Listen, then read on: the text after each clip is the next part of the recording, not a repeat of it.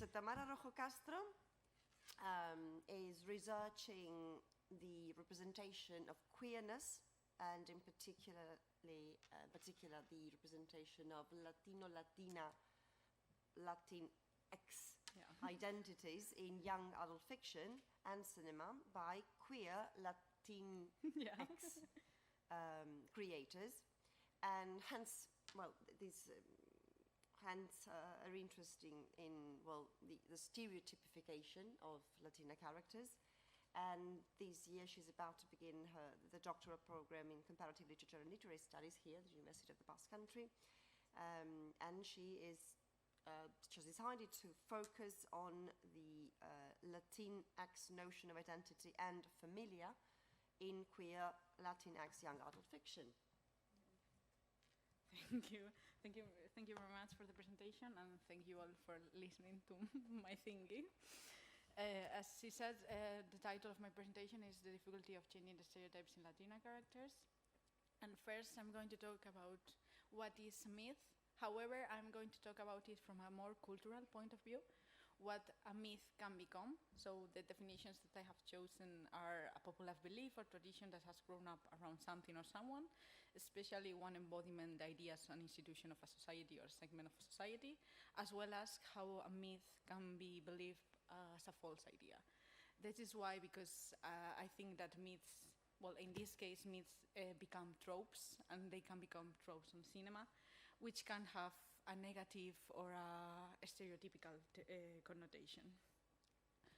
Yeah, so I'm going to explain a little bit my theories to connect with the idea of myth and the trope. First, I have Castañeda's studies that she talks about how there are two different types of women of color, the good and the bad one. And she talks about how the good women of color are light-skinned, they are civilized, normally Christians, and they are also virgins, which means that they give aid and sacrifice themselves with the white man. So the white man ends up marrying them because they are the same. They deserve to be married to a white man. So Castañeda, for Latinas, she nicknamed these good women of color Spanish señoritas, because Spanish had, when this was written, the Spanish and Europe did elegance connotation. And for bad women of color, she talks about how they are dark-skinned, savages, normally non-Christian, and they can be whores, and white men don't end up marrying them because they don't deserve to. And she nicknamed the Latinas that are bad women of color Mexican prostitutes. Okay, and Mulvey is, and on the other hand, as I'm going to talk about cinema and characters played by actresses in movies, I thought that it would be interesting to talk about the male gaze and how it can be connected with the idea of how they are sexualized. So Mulvey talks about how the conventions of mainstream film focus attention on the human form, and it means that women are in fact the bearers of meaning and not the maker of meaning, which means and suggests that women are not positioned in the scene to take control. They are just there to be observed and objectified, from an objectified perspective, and they are just there for our pleasure and for the main characters, male main characters, objectification. Okay, so I'm going to talk to make a brief historical walkthrough, because I'm going to start with in the 90s, 20s until more or less onwards, and I'm going to give you different actresses and how some roles how it became a sexualization for them and a trope and the idea of the spicy Latina. Okay, so a brief introduction. In the 1920s, it was the golden era of Hollywood. Outside of the screen, the films started to be sound films. It became from silent to talkies. And then inside of the screen, thinking about the Latina characters, we have to talk about how they were seen as stereotypes, because as their Spanish accent was seen as comical and non-threatening, and they were always played sexualized and comical roles. Okay, the first actress that I have is Dolores del Rio. Well, her parents moved from the Basque Country to Mexico, and she was one of the greatest actresses of the 1920s. She came from a rich family. This is important to keep in mind. And she was discovered using my fingers because I don't like this word, in Mexico while she was dancing. So a producer took her to Hollywood to appear on films. So she started on silent movies and then transitioned to talkies, to sound films. She used her Spanish descent in her advance, as I was mentioned, because she used this Spanish origin and this elegance for her advance to not be seen as a Latina or a Mexican prostitute, as Castañeda was telling. And however, when talkies started when she started to appear in talkies, she had an accent. So she started to be typecasted in these type of roles that were kind of Icelandic girls that were only dancing and were only there for the temptation of the white man, and were only there for our visual pleasure. That was what happened. So when she realized that she was being typecasted, as she was a rich woman, she decided to come back to Mexico and finish her career there. However, in the 1920s, we also had Lupe Velez, that she is the contrast to Dolores del Rio. She was Mexican. Her parents were born in Mexico, and she came from a poor background, which will define her identity and her rebelliousness. So I nicknamed her, me and other scholars, I'm not going to take full credit, the Mexican Spitfire, because she's the total contrast to Dolores del Rio. However, she was really rebellious. She was against all male authorities and marriage. She didn't want to get married, so she didn't. She was not a good example of what a woman should be in Hollywood. So she was labeled as Mexican prostitute, as a rebellious and volatile and problematic kind of woman. However, she is criticized mainly by scholars because of this, and how she was the one that started the typecasting and the trope of the spicy Latina, because she took all the roles that were humorous and make fun of the accent and so on. This example, for example, is from a film that is called Pet Pear, that belongs to a series of films with the same characters. And her role is to be humorous and to dance and move her body and be sexual on screen. And the film goes on about how two white men fall in love with her, and they fight, and she's the problem, and she problematic and volatile kind of persona. Okay, so the Mexican is fired because of the problematic and volatile. Okay. On the 1930s and 1940s, outside of the screen, we have it was happening the Roosevelt Good Neighborhood policy. That was the idea that Latin America and the US were making connections and were getting benefits from each other.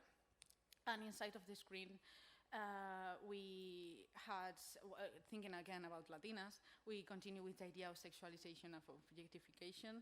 The same trope was continuing, and they were seen as sexual and, sexual bodies and skimming salon or dance hall bumps. The main one that I'm going to talk about is Carmen Miranda. She was also a rich woman. She came from Lisbon to Brazil, so she also had this white skin kind of complexion. And yes, so I nicknamed her the political tool because she was the great example of what Roosevelt wanted, Roosevelt and Hollywood and the white America wanted to think about what Latinidad was.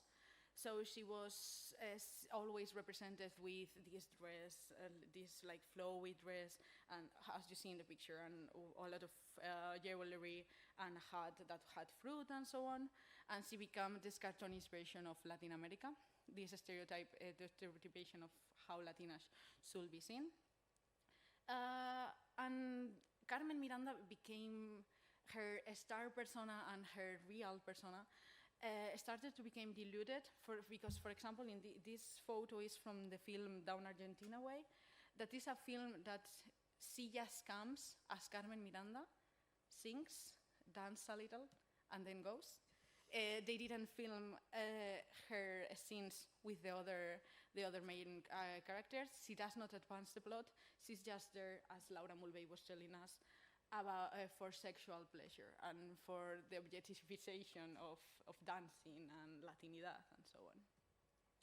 Then between the 1950s and 1960s, outside of the screen, we have to think that the Chicano movement started to appear. And inside the screen, I'm sorry, but the hypersexualization continued. They were seen as promiscuous, easily virtue, uncontrollable sexual passion. So they were with the same idea that we have been seeing from the 1920s, it still continued. The main actress that I have chosen is Rita Moreno. And you might know her, she is still alive.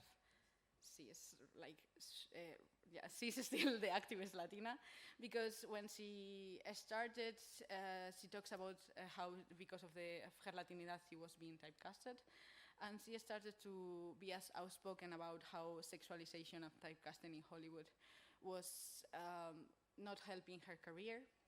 And as you can see, the main role that she's known for is Anita in West Side Story, yes. She is also in the new film by Spielberg, if you are interested in watching. She's great. I'm sorry, I'm quite biased. And the thing is, for Anita, is that she's the sexual kind of character. She has this idealization of the American dream of once she thinks that she is going to be able to achieve. However, we always see her in contrast to, for example, Maria, that is the main character that is also a Latina. We see her with this flowy dress and how she's always moving, and we see her as a sexual body. And interestingly, it is her liberal sexual persona does not go unpunished. She becomes an object of desire for the Jets, the other group, and she gets sexually abused at the end of the almost end of the film. So when this happened, she started to be really typecasted, and she only started to get this type of roles. So she decided to leave Hollywood, and she got an EGOT, that is Emmy, Grammy, Oscar, and Tony, because after she decided to leave these kind of roles and continue her career, and she has done it all. Then from the 1970s onwards, I have put it all together because of, outside of the screen, the racism of Reagan and the post-Reagan era that didn't help Latinos in Hollywood, because inside of the screen they were still typecasted, but they were seen as illegal aliens, gangbangers, narcotraficantes, revolutionaries, and prostitutes and cantineras, as I have been saying. However, Jennifer Lopez kind of changed this idea at the beginning of the 1990s and beginning of the 2000s.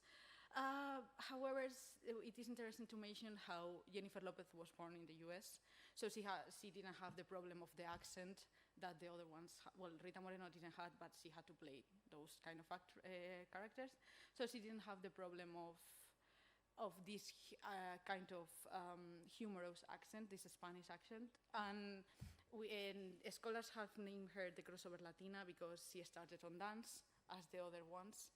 Then she did Selena, and she then started music. So she has done it all. And I also think that it's interesting to mention how the in-betweenness for her is the erasure of her Latinidad. In her early interviews, she talks about how she knew that Rita Moreno was being typecasted and how she didn't want to continue with that type of problem in Hollywood. So she started to take roles that were ethnically ambiguous. So if you see films from the 2000s in which she is the main characters, we know that she's not white, but we are not going to be, on most of the films, we are not going to be told that she's Latina, because she didn't want to be typecasted in the idea of the dancing Latina or the sexual Latina that we have been seeing. However, in this film, it's made in Manhattan. I don't know if you know it. It's quite common. And she plays a maid, and when she is the yeah, and when she is the main white man does not see her. He is not able to realize that she is there. However, when she is not dressed as a maid and she is like all put together, she becomes an object for sexual desire for the white man, and yeah, so on.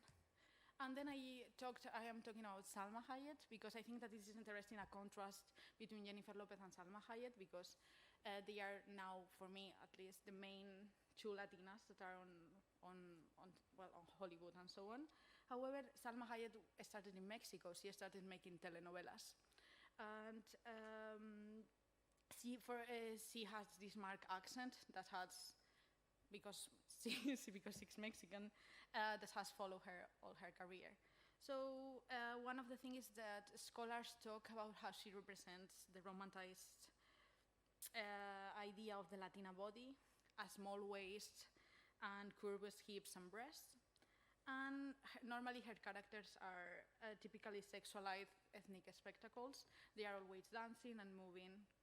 And yeah, they are also, they become to be the desire for the main white or counterpart on the film. This example is from Fools Racine.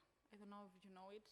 Well, it's a film in which a white protagonist falls in love with her while she is dancing, making a salad in the kitchen. We can see how she is dressed, and in the scenes she is dancing, she is moving. And she becomes a kind of escapism for the main protagonist, from the main characters of his boring life. She becomes an object of desire for the main protagonist and for us as the audience. Okay, about Salma Hayek, I also want to talk about how scholars have criticized her because they say that they say that she only plays this kind of roles, which can be linked to the typecasting and the stereotype of the sexy Latina.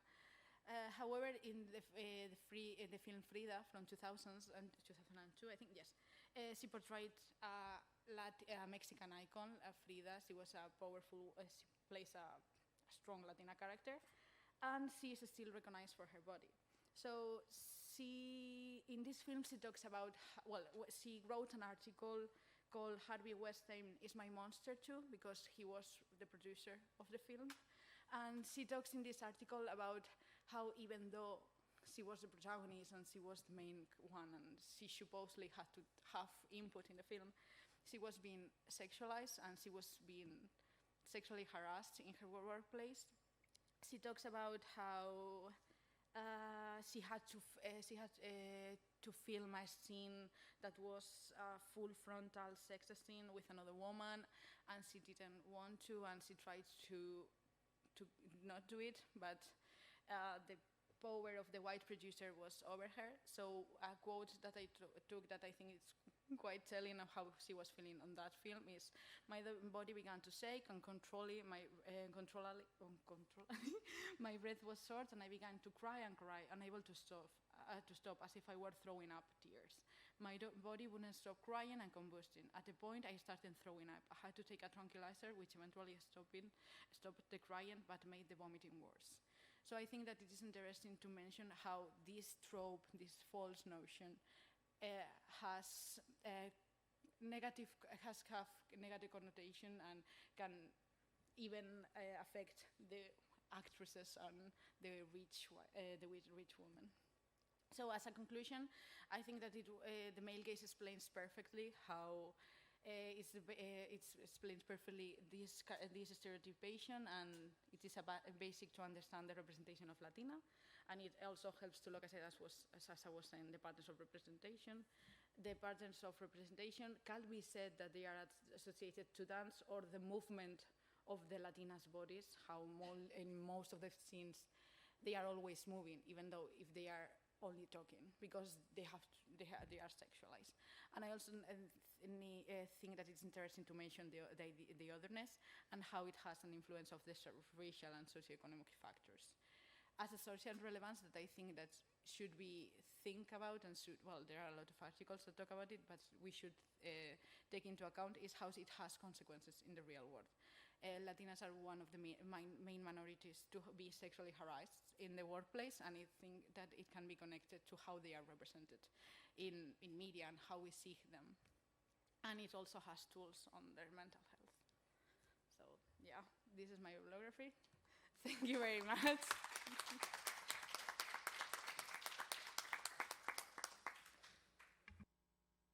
Okay, so now I think Zara's microphone, I can't see her, let me see. Where is Zara? Here you are. You have muted your microphone, Zara. Could you turn it on, please? Just to check. No, maybe I should ask you. Okay, fine. Right, so if you have any questions, this is the time. Okay, you do have a question. Fine. Tatiana. Yeah, a question for Tamara. Yeah. I was wondering how you see the case of Ana de Armas. Yeah. She's Cuban, I think. And Sorry, who could you Ana de Armas, do you know her? Ana de Armas, she Oh, sorry. Yeah. she became more. She started her career. No. Only one at a time. Okay, one at a time. Okay, she started her career in Spain here, and then she moved to Hollywood. And I think that this is a great example of how she's still following this trope of the sexualized Latina because of that kind of characters that she's playing. She has been in 007, and also yeah. Okay. Yeah. So she's the perfect representation of how Latinas are just there for the objectification. I've not seen the film, Okay, but I was going to mention, so I'm sorry, let me just briefly ask you this question. I don't know if you're probably very young, but there was this TV series in the late 2000s aughts called My Name is Earl. yeah. And there is a character, this is a comicized, humorous, obviously subversive and self-ironic portrayal of the classic stereotypified maid, Latina maid. And then we have now Modern Family, Sofia Vergara's character, the name escapes me. Do you think that they are really trying to mock the stereotype and break this mold? Or, I mean, to what thoughts? Yeah, it's a great question because I think that Sofia Vergara, her role in Modern Family is a great example of how we see Latinas and so on. And on many interviews, we see how the interviewers don't talk to her as if she was that intelligent because she has an accent. And I think that's the example of Sofia Vergara. The other one, I'm too young. I don't know. Okay. I'm sorry. I have to check it. It sounds like perfect for this kind of things. But Sofia Vergara is a great example because she's just seen as the wife of the father, and she's this sexualized person, that woman that has always to be perfect, and everyone is enamored when she enters. And sometimes her accent is exaggerated, and she even she's seen as volatile, and it's another actress that I think that Hollywood has typecast her, and I think that she's also trying to break of this. But I think as Lupe Velez, they are the only characters that they are being they only give them. Okay. So I think that there is no other option for them. But that's what I have been reading. Sorry, so Lupe Velez, was it? Yeah. But then the funny thing is that they accused her they blame her for taking those roles. Like, it's your fault because you're accepting those roles. Yep. You are... Because she became famous for the name of the character was Pepper, so the film was called Hot Pepper, and she did like 6 or 7, yeah, I know. She did like 6 or 7 films with this main character, and the films were always the same. Like a white man that goes and sees her, and oh wow, she's dancing and she's perfect, and then I have my family at home, but she's my sexual object. It's like going on vacation. Yeah. To Mexico. Yeah, and it's have fun. escapism, hey, and then I have Yeah, to go back to work. Yeah, and it also the happens States. with a lot of characters that Salma Hayek had played. Uh-huh. Then we have the white woman and the Latina woman, and how the Latina woman is the tropicalization, the exoticism, and the white woman is like, okay, this is boring. But we Okay. end up always ending with the white woman because she's the one that is going to make the perfect kind of family and American idea of how we should work. Okay. Oh, okay. More questions.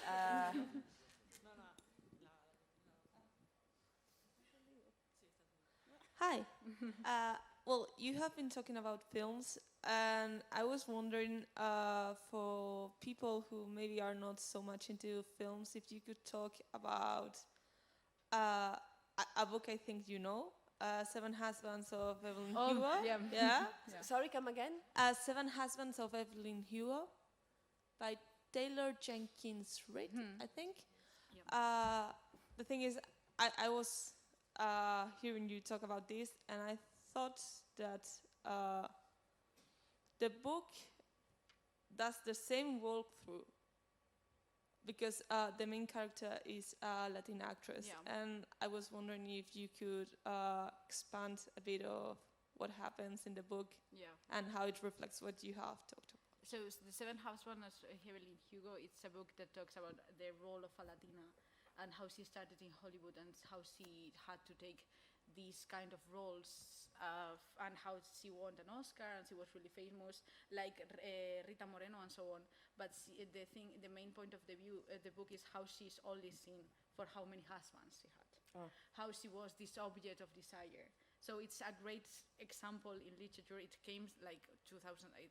It's quite new, 2018, 2019, something like that. And it's a great example of this in literature. So yeah, I would say that it could be based on many of those actresses. Yeah, thank you for your question. Okay, so my question is for Sarah. I don't know if she can hear me. Can well. you hear her, Zara? Her, yeah, but she said her mic is muted, I think. Wait, Okay. Right, now, Oh, yeah. I can hear you, yes. Oh, okay, great. So, when you described the plot of Desire Under the Elm, if I'm not mistaken, I couldn't help but think about Phaedra Smith, you know? And I was thinking whether, I don't know if, first of all, I don't know the play, so maybe I'm mistaken, but I was thinking if whether we could consider it to be a mix between what you said about Medea and Phaedra, seeing that she's in love with her stepson and the murder that she commits is motivated by the love that she feels for him and also the trouble with the father. And so I just want to know your thoughts about that. Of course, thank you very much for this question. Well, Desire Under the Elms is a deliberate imitation of the myth of Hippolytus and Phaedra. And it has, there are many signs in the play that suggest that O'Neill did this intentionally. But as I said in the conclusion, the interesting thing about O'Neill is that he always merges different myths in his plays. So yes, we have the Hippolytus character at the beginning in the first part of the tragedy, and then this Phaedra character turns into a Medea figure at the end. Well, there are other myths incorporated in this tragedy as well. I have written several articles on that I could share with you. So it's not just Phaedra, it's Medea as well. It's probably Virgilian lovers as well. So yes, what you say is correct. It has a shift from Phaedra to Medea at the end of the tragedy. The first part of the play is similar to Phaedra because we have a woman who falls in love with her son-in-law. She is rejected. Then she tries to punish the beloved by reporting it to her husband. And once her husband wants to punish the Hippolytus character, which is Iban. She regrets because she's a modern character. She feels sympathy. She's more flexible than Phaedra. So instead of committing suicide and continuing with the revenge journey, she is more flexible. She says, well, okay, it wasn't that serious. And she tries harder and harder to finally gain Ivan's love. At the end of the story, in this journey, in this quest to gain her love, she turns into a Medea character. I hope I have answered your question clearly. Yes, thank you very much. You're welcome. Thanks to you. Okay. Sorry, I'm completely monopolizing this. I had a question for Zara, and right now just flew out of my head. Sorry. Yes. In the original myth, I think many of the reasons why Medea is the villain is because she is an outsider and she is Asian. And I was wondering if in this place, in the characters that are like Medea, we can also see this sense of, oh well, they are outsiders, they are maybe racially different. I don't know. Well, thank you very much for this very interesting question. Well, in this play, this changes a little bit in the sense that this racial difference or otherness turns into financial state or different classes of life. So we have Abby, who is financially dependent on Ibn and his father. This is the basic reason why she agrees to marry an old man, because she needs money, because she's a widow. She hasn't been able to find a good job. She needs money to live her life. So this could be a very interesting point to mention, because this tragedy is demonstrating the life of America after the Civil War, and the concerns are more like about social classes or groups of society, middle classes, low class characters, rather than a racial or ethnic group. I hope I answered the question. Oh, yeah. That was wonderful. Thank you. Thank you. Hi, I had a question again for Tamara. Sorry. And I wanted to know what's your opinion on the situation nowadays, both in how Latina characters are represented, because we have wonderful shows like One Day at a Time, where you have a more realistic approach to Latino families and Latinidad, etc. But you also have figures like Ana de Armas, or for example, Catherine Zeta-Jones, who is not Latina but has always played the spicy Latina, and is back also in playing those kind of roles. So do you think we have achieved some kind of balance, that progress has been made, or that we're stuck where the 90s left us? I think that we are moving forward, because One Day at a Time, for example, Rita Moreno is in that show, is written by Latinos, and they know what they want to show on TV, and they know how they have been treated. So I think that we are moving forward if we take into account Latinos and women, people of color in the writing rooms, if we think about it that way. However, I do think that Hollywood is a white man industry, so I also think that many of the side character roles that are given to Latinas continue with this type of stereotype. We still think of Jennifer Lopez as a sexual being, and with this perfect figure, and we also think about Salma Hayek, about how she's really hot and she always plays this with this perfect like curly hair and so on. So I think that if we start to put people of color, women and people of color in the writing rooms, I think that we could move forward, and it has been shown, but we should be doing more. That's my point of view. Yeah. Thank you. I promise this will be the last time. This one goes for Tatiana.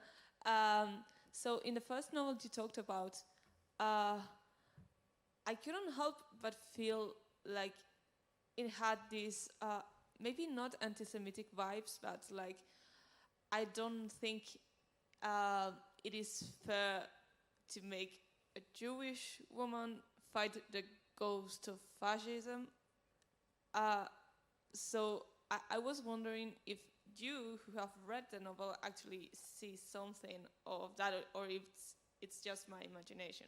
Because I was also thinking of this creature that was the sinful Jewish that had to carry Dybbuk. yeah, The the Dybbuk, Dybbuk. So yeah, I was wondering about your take on that. Okay. Well, I don't think she's made to kill, to finish with the Dybbuk or the threat of the anti-Semitic, the black shirt over there. As you read the novel, you see that her mental disorders increase.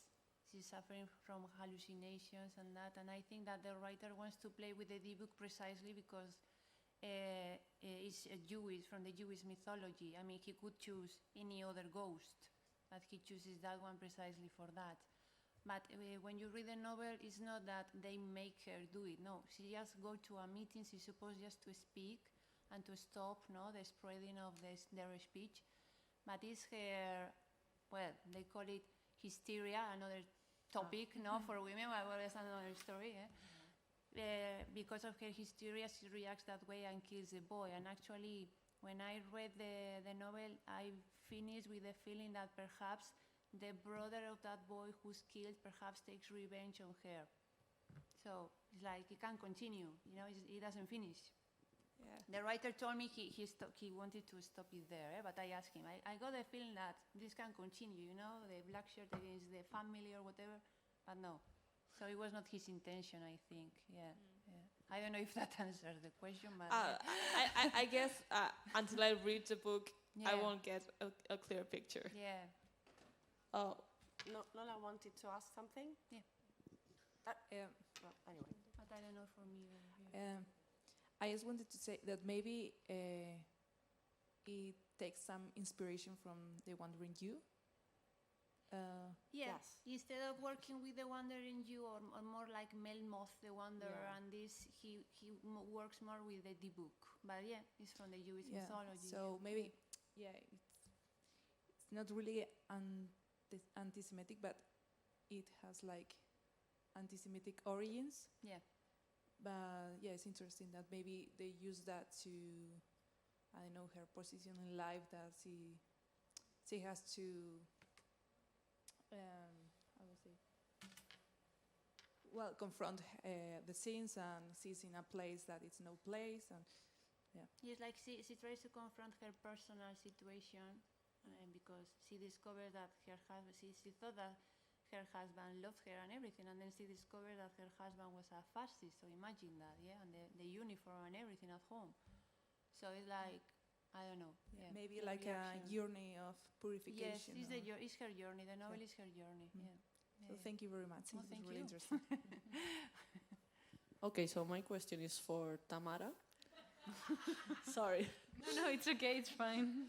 I was thinking about that lately there's been a trend mostly in popular culture, I would say music, for example, in which people that are not Latino are making, okay, Yeah. I follow, You're continue, saying- okay. yeah. are making Latino music and are like imitating the accents, the dances, or some would say cultural appropriating. I don't like to use that term because I don't even understand it very well. But I was wondering if this has any effect on the issues that you have presented, because you were precisely talking about how Latino people are trying to escape from these stereotypes. And for example, other singers, Spanish singers, US American singers, are now imitating them and enforcing them and making them become a trend. So I would like to see your opinion about this and how it affects. Yeah, I have not researched enough about this. I'm sorry, yeah, but just for you to know. But I think that it is connected to this idea of how they have been sexualized on the pond for everyone to see them and for everyone to feel this objectification and be the point of the main point of object of desire. However, I don't want to enter in this kind of topic because it is true that we are now that we think that the Latiness, the Latinidad is kind of cool. We are, as Spanish people, we are using it in our advantages. Because I have not researched enough, so I don't want to give you a false kind of answer. Sorry. It's okay, thank you. Yeah, I understand what you mean. But it's it's a kind of tricky kind of point.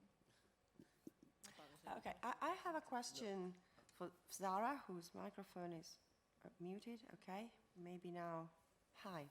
So, I was thinking, I don't know if you have any background in trauma studies, and maybe you're familiar, however, with the idea that when confronted with events, situations that are potentially re-traumatizing, somebody would react.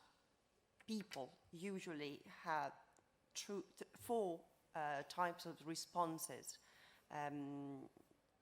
One is flee, the other is fighting, the other is fawning, and freezing. I don't know if you're familiar with this, the four possible responses when confronted with potential aggression or trauma. So you either escape or you freeze and you make yourself invisible, or you fight back, or you are trying to negotiate and somehow ingratiate yourself. So I was thinking about all of these iterations of Medea, and I think they could be basically reduced to two of these models. Either Medea is fight, her response is fight in the sense of the killing of the fratricide, parricide, or parricide are out of rage and fury and because of a desire for revenge, or because she's trying to ingratiate, to somehow, it's a sacrificial murder that is done at the expense of someone, but in order to appease the male figure whose approval and love she desires. I don't know if this makes any sense, but do you think that we could look at Medea's figure, these versions of Medea, in more psychological terms as either fighting back or fawning? Well, that's a very interesting idea. I was not familiar with this, but yes, of course. And what is interesting is that in O'Neill's drama, there is always this dichotomy of characters who either negotiate or fight. But the result is always equal for both groups. I mean, whatever struggle they make, or if they stop struggling, fate always awaits them. Fate always stops them. So yes, Abby tries to fight as a Medea figure with the purpose of negotiation with Ivan, while we have Orin, who fights but to take revenge. And both of them are doomed to loss at the end. Well, at the end of Desire Under Diams, Abby, she gains the love of Ivan, but she's arrested by the sheriff and is doomed to death. And Orin also commits suicide, so this struggle does not succeed. Okay, so the bottom line would be, because these are vertical relationships, Medea is the outsider, she's the other, so she is a subaltern subject, whether, you know, we're talking the original myth or these adaptations, these versions, these new reincarnations. So at the end of the story, it's all about verticalization of power structures, really. And regardless of whether you are actually a male or female, because you have the case of Orin, right? But as long as, quote unquote, love relationships are actually based on power, and one is powerful and the other is powerless, and we have this dichotomic relationship, then everything is going to result in self-destruction for the subaltern, no matter, you know, regardless how hard you try, you are always going to end up in a dead end, and it's going to be, you know, like this collapse, and you are going to just self-destroy, because killing children, your children, killing somebody else is also killing your moral self, and so it's almost equivalent to committing suicide. Maybe you would agree with that, or what are your thoughts? Yes, well, this could be actually discussed in Beyond the Horizon. I don't know if you're familiar with this play. In this play, we have 3 different loves and 3 different reactions to unrequited love. And the 3 characters fight for their love, try their best, but all end in failure. The first one expresses his love, and he fails, and he dies. So this can clearly confirm what you say, that this could be suicide, this could be murder, or this could be self-love. Not being able to bear the situation creates love sickness and finally causes the death of the character. So yes, this is like all the characters are following at the same path with different approaches and end in the same line. Okay, right. Well, thank you. Thanks to you. 1 minute, 1 question. Well, the last question for Tamara. Well, there are 2 short questions. First of all, I didn't get what you said about Roosevelt when you talked about the 30s. Okay. And which was which consequences had in the representation of Latinas. And then, according to what Nola has said about Spanish or other nationalities with whom took these